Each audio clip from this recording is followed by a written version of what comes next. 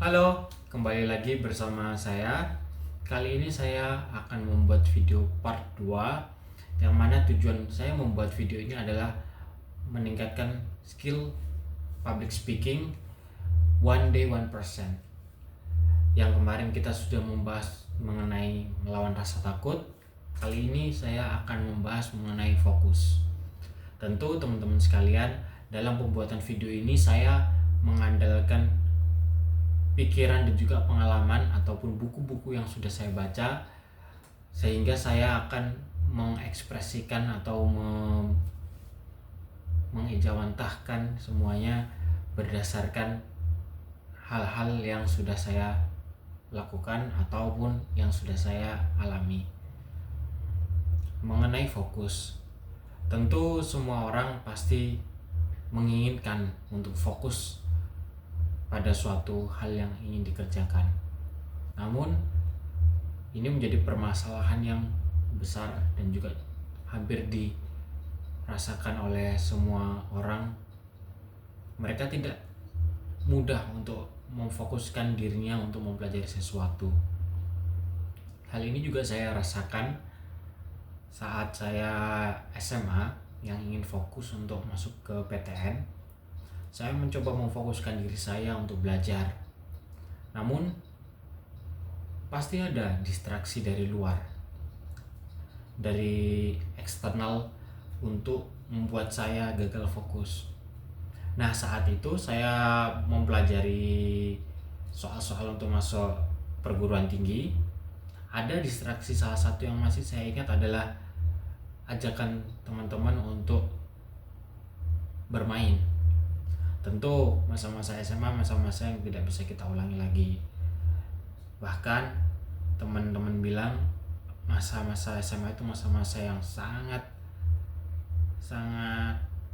excited, sangat menyenangkan.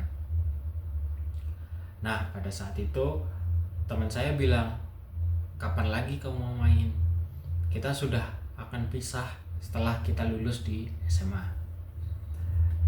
Ya, akhirnya saya tergiur dan gagal fokus untuk memfokuskan diri saya belajar. Ya, mau nggak mau ya akhirnya lepas. Saya nggak jadi belajar. Itu salah satu distraksi. Nah, kali ini yang ingin saya utarakan adalah bagaimana caranya kita supaya tetap fokus pada tujuan kita.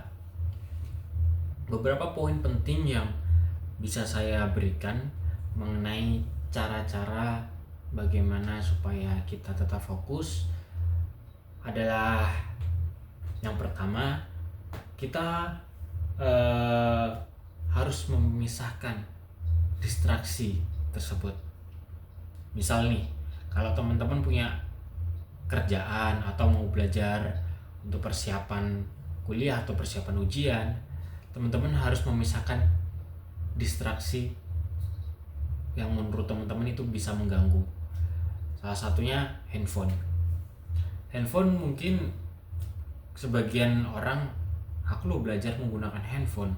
Namun terkadang saat kita mau mencoba fokus, kemudian ada notifikasi muncul di handphone kita, fokus kita menjadi teralihkan. Kita penasaran notifikasi apa yang akan muncul. Nah, saat kita sudah terlena dan membuka handphone itu, maka kita akan berselancar di dunia maya bisa sampai berjam-jam tentu. Karena itu sangat membuat otak kita merasa senang. Ada dopamin yang disuntikkan kepada diri kita saat kita menggunakan media sosial itu. Itu salah satunya. Kemudian kiat yang kedua adalah teman-teman membuat to-do list atau dan juga reward. Nah, misalnya nih, teman-teman kalau bisa fokus mengerjakan suatu pekerjaan tersebut, nanti bisa mendapatkan reward. Rewardnya apa? Terserah teman-teman.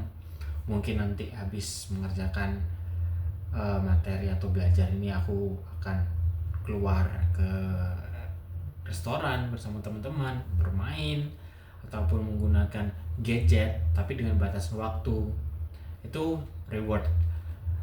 Juga teman-teman bisa menggunakan to-do list. Dalam hal ini teman-teman bisa membuat list apa saja yang akan dikerjakan.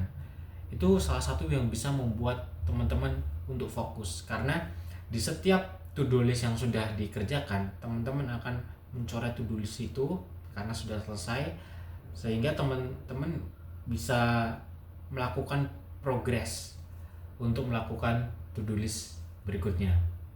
Itu sangat membantu menurutku. Karena apa? Karena kita mengetahui proses-proses dalam mencapai tujuan tersebut. Saya sudah berada di tahap mana untuk mencapai tujuan itu, sehingga pada to-do list tersebut saya bisa mengkonsentrasikan atau memfokuskan diri saya untuk mengerjakan pada satu to-do list tersebut itu sampai selesai, kemudian berlanjut berikutnya. Oke teman-teman, mungkin itu saja pada kali ini. Terima kasih.